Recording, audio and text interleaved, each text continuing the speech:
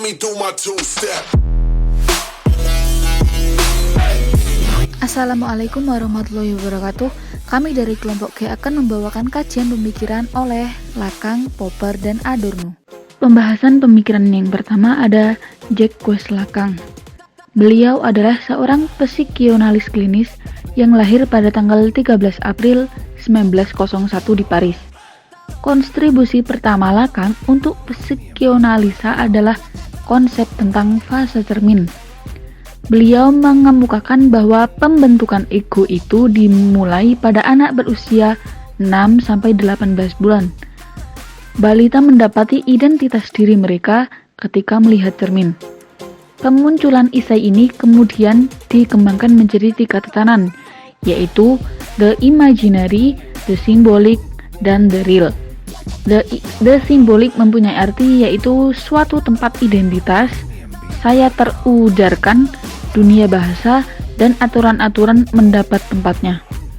Kemudian yang kedua, the imaginary adalah apa yang kamu bayangkan. Dan yang terakhir, the real adalah tempat muaranya semua trauma. Kontribusi selanjutnya adalah objek A kecil atau objek petit a. Lacan membedakan antara hasrat atau desire dengan kebutuhan atau need.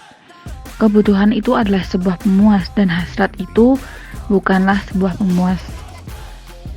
Kemudian yang kedua ada Sir Karl Raimund Popper. Beliau adalah seorang filsuf dan profesor asal Vienna dan Inggris.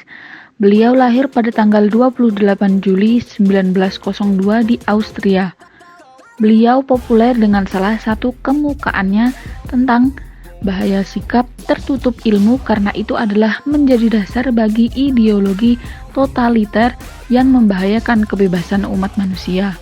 Pandangan Popper tentang ranah epistemologi yaitu cabang filsafat yang membahas tentang ruang lingkup dan cara memperoleh pengetahuan. Immanuel Kant adalah salah satu filsuf yang berusaha mengatasi rasionalisme dan empirisme.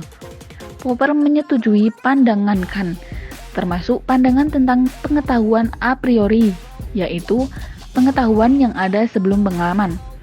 Akan tetapi, ada hal yang tidak disetujui juga oleh Popper, yaitu mengenai pendapatkan, yaitu penemuan kita yang bersifat konjektur, sehingga ia bisa salah kalau di kemudian hari ditemukan pengetahuan yang lebih meyakinkan. Popper mengikuti Darwin, melihat teori pengetahuan atau epistemologi secara evolutif dan saling berkompetisi. Tidak ada epistemologi yang tunggal. Oleh karena itu, teori pengetahuan tidak bisa menjadi sebuah dogma yang berlaku sepanjang sejarah, melainkan sebentuk hipotesis yang bisa dikritisi dan bahkan disalahkan. Popper dengan demikian ingin menyelamatkan rasionalisme, tetapi dengan catatan rasionalisme dikenal dengan rasionalisme kritis. Proyek Popper ini terutama ditunjukkan untuk membantah kaum positivisme logis yang berbasis di Wina, Austria, dengan cara membantah kaum positivisme logis, yaitu ungkapan yang tidak bisa ditangkap panca indrawi maka tidak bermakna, sedangkan begitu pula sebaliknya, kalau bisa ditangkap indrawi maka mempunyai makna. Contoh salah satunya yaitu kasus angsa putih dan angsa hitam.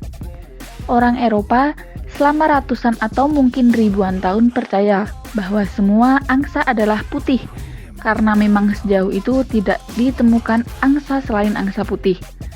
Keyakinan ini goyah dan kemudian runtuh ketika para pelancong Eropa menemukan angsa hitam di Sungai Victoria di Australia pada pertengahan abad ke-17. Dengan penemuan itu, keyakinan orang Eropa terbukti salah.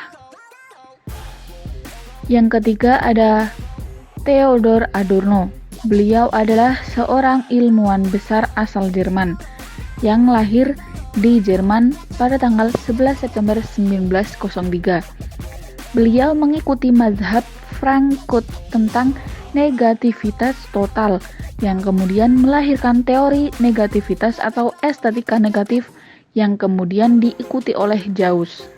Adorno pernah mengkritik filsafat dialektika Hegel yang pengikut setianya adalah Marx. Dalam dialektika Hegel, ia menemukan bahasan bahwa pembebasan manusia dalam masyarakat komunis dicapai melalui tindakan dari kaum proletar dengan tujuan meniadakan kelas penguasaan.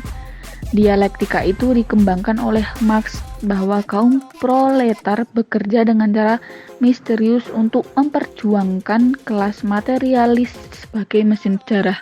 Akan tetapi hal ini dikritik oleh Adorno karena perlu menghadirkan dialektika positif dan afirmatif yang konsepnya segala sesuatu yang nyata adalah rasional atau segala sesuatu yang datang secara mutlak harus memberikan kontribusi dalam setiap pekerjaannya.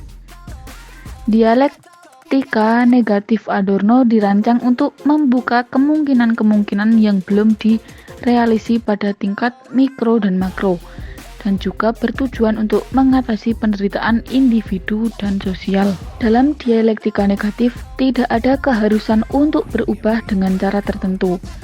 Adorno menggunakan istilah teleologi untuk mengkritik Hegel yang kemudian diciptakan istilah teleologi retrospektif yang konsepnya adalah bahwa apa yang telah terjadi dan apa yang menuntun manusia untuk terjadi tidak ada keharusan untuk terjadi dengan cara seperti itu atau dengan cara seperti yang telah terjadi sebelumnya. Manusia adalah produk dari evolusi, tetapi evolusi tidak untuk menciptakan manusia. Tesis Walter Benjamin yang terkenal menyatakan bahwa manusia harus seperti malaikat yang bergerak mundur ke masa depan dengan puing-puing sejarah yang menumpuk di sekitar kakinya.